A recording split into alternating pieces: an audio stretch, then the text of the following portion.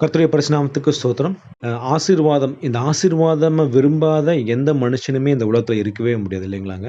அதாவது நெறைய ஆசீர்வாதங்கள், உலகத்தின் ஆசீர்வாதம் இருக்கு, ஆவிக்குரிய ஆசீர்வாதம் இருக்கு. ஆனா நம்ம இந்த உலகத்துல வாழ்கிற மக்கள் எப்பொழுதுமே தேடுகிற ஒரே ஒரு ஆசீர்வாதம் வந்து இந்த உலகத்தின் ஆசீர்வாதம். எப்படி பழைய ஏற்பாடு மக்கள் நீங்க பார்த்தீங்கன்னா, பழைய ஏற்பாடு மக்கள் வந்து தேவனுக்கு பயந்து எதற்கு இருந்தாங்கன்னா, எனக்கு வந்து இந்த உலகத்துல இருக்கிற பொன், மண்ணு, அதே மாரி வந்து எனக்கு வந்து நெறைய வேலைக்காரர்கள், வேலைக்காளிகள், எனக்கு வந்து ஆட்டு மந்தை, மாட்டு மந்தை, அதே மாரி வந்து என்னுடைய நிலங்கள் எல்லாம் ஆசீர்வதிக்கப்படணும். இதற்காக தான் அவர் என்ன பண்ணாங்கன்னா, தேவனை தேடுனாங்க இல்லையா? அதாவது தேவன நான் எதுக்கு தேடுறேன்னா, எனக்கு ஒண்ணு கிடைக்கும். இந்த உலகத்தின் ஆசீர்வாதம் எனக்கு கிடைக்கும். அதனால அவங்க பயந்து தேவனை தேடுகிறவர்களா இருந்தார்கள். ஆனா நம்ம புதிய ஏற்பாட்டுல நம்ம வாழ்கிறோம். நம்ம வந்து தேவனை எதற்கு தேடணும்னா, நமக்கு தேவன் வந்து அந்த ஆவிக்குரிய ஆசீர்வாதங்கள் இல்ல, நம்ம தேவனுக்கு பிரியமாய் வாழ்ந்து, அவருக்கு கனி கொடுக்கிற வாழ்க்கை வாழவும், அவருடைய ஆவியின் வரங்கள பெற்று, நம்ம மத்தவங்களுக்கு யூஸ்ஃபுல்லா இருக்கிறதுக்காக தான் நம்ம என்ன பண்ணணும், இந்த ஆவிக்குரிய வரங்கள தேடணும். இந்த காலத்துல வந்து பார்த்தீங்கன்னா, மக்கள் ரொம்ப இம்பார்ட்டன்ட் குடுக்குறது எங்கன்னா, இந்த உலகத்தின் ஆசீர்வாதம் தான். நீங்க எங்க போய் நீங்க யூடியூப் எடுத்து பார்த்தாலும், யூடியூப்லலாம் பார்க்கிறோம். நீங்க வந்து அந்த வசனத்த போட்டுருங்க. எக்ஸாம்பிளுக்கு உபாகமம் 28ல ஆசீர்வாதமான வசனங்கள் இருக்கு. இந்த வசனங்கத்துல எல்லாம் என்ன பண்ணுங்க, நீங்க பிரிண்ட் எடுத்து நீங்க வந்து முன்னாடி ஒட்டி வச்சிருங்க. நெறைய வசனம் போர்ட் மாட்டுங்க. உங்க கண்கள்ல எங்கெல்லாம் தெரியுதோ அந்த வசனத்த போட்டு, அத நீங்க விசுவாசிச்சுட்டு கடவுள்ட்ட கிளைம் பண்ணுங்க. இந்த வசனத்த சொல்லி, சொல்லி, சொல்லி ஜெபம் பண்ணுங்க. ஆட்டோமேட்டிக்கா என்ன ஆகும், உங்களுக்கு இந்த ஆசீர்வாதம் எல்லாம் கிடைச்சிரும்னு சொல்லி என்ன பண்றாங்க, தவறாய் நம்மள வழிநடத்தி கொண்டிருக்காங்க. அதாவது இந்த ஆசீர்வாதம் கடவுள் குடுக்க மாட்டாரான்னு கேட்டீங்கன்னா, கடவுள் குடுப்பாருங்க. ஆனா அந்த முக்கியமான ஒண்ணு வந்து பார்த்தீங்கன்னா, உபாகமம் 28ல பார்த்தீங்கன்னா, 1வது வசனம் தான். ஆனா அந்த 1வது வசனத்தை வந்து நமக்கு யாருமே சொல்றதில்ல. அவங்க சொல்றதெல்லாம் நீங்க பார்த்தீங்கன்னா, 28ஆம் அதிகாரத்துல நான் வாசிக்கிறேனே. "நீ பட்டணத்திலும் ஆசீர்வதிக்கப்பட்டிருப்பாய், வெளியிலும் ஆசீர்வதிக்கப்பட்டிருப்பாய். உன் கர்ப்பத்தின் கனியும், உன் நிலத்தின் கனியும், உன் மாடுகளின் பெருக்கமும், உன் ஆடுகளின் மந்தைகளுமாகிய உன் மிருக ஜீவன்கள் பலனும் ஆசீர்வதிக்கப்பட்டிருக்கும். உன் கூடையும் மா பிசைகிற உன் தொட்டியும் ஆசீர்வதிக்கப்பட்டிருக்கும். நீ வருகிலும் ஆசீர்வதிக்கப்பட்டிருப்பாய், போகிலும் ஆசீர்வதிக்கப்பட்டிருப்பாய்." ஸோ இந்த மாரி வசனங்கள மட்டுமே நமக்கு சொல்றாங்க இல்லையா? இத நீங்க என்ன பண்ணுங்க, சொல்லி ஜெபிச்சு நீங்க கிளைம் பண்ணிக்கங்க. தேவன் கொடுப்பார் அப்படின்னு சொல்லி நம்மள என்ன பண்றாங்க, தேவன் நமக்கு என்ன சொல்ல வராருங்கிறத நம்மள வந்து கவனிக்கவே விடுறதில்ல.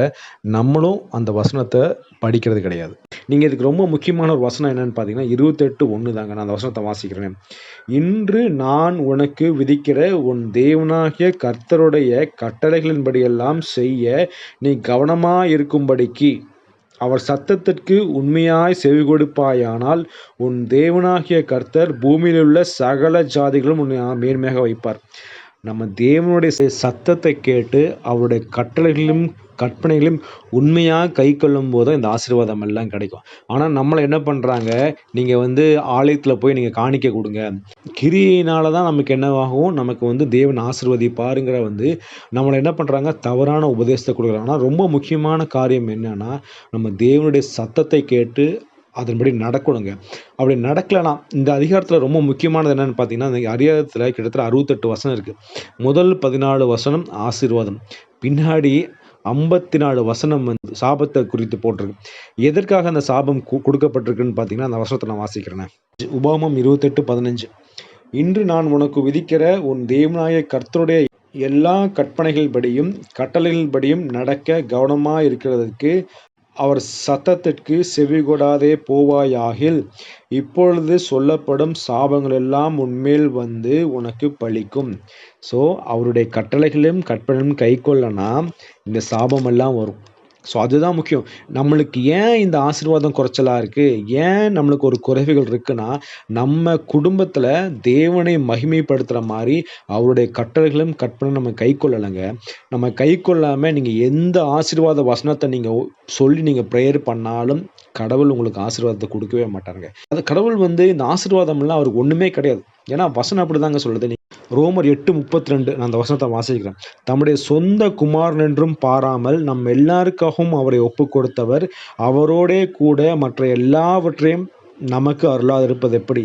பையனே குடுத்துட்டாருங்க. இயேசு கிறிஸ்துவே நமக்கு குடுத்துட்டாருங்க. நம்மள மீட்பதற்காக மத்த எல்லாத்தையும் அவர் குடுத்துருவாரு. நம்ம அத பத்தி கவலையே பட தேவையில்ல. நமக்கு என்ன கவலைன்னா, நம்ம அவருடைய கட்டளைகளையும், கற்பனைகளையும் கைக்கொள்றோமா? ஆவியானவர பெற்றுக்கொண்டு, ஆவியானவர் நமக்கு சொல்றதெல்லாம் கேட்டுட்டு, அதன்படி நடக்கிறோமா? அப்படி நடந்தோம்னா, ஆட்டோமேட்டிக்கா எல்லா ஆசீர்வாதம் வந்துருங்க. நீங்க கடவுள்ட்ட போய் நீங்க ஆசீர்வாதம் கேட்கவே தேவையில்ல. ஆனா, நமக்கு போதகர்கள் என்ன சொல்றாங்க? நீ காணிக்க வந்து குடு.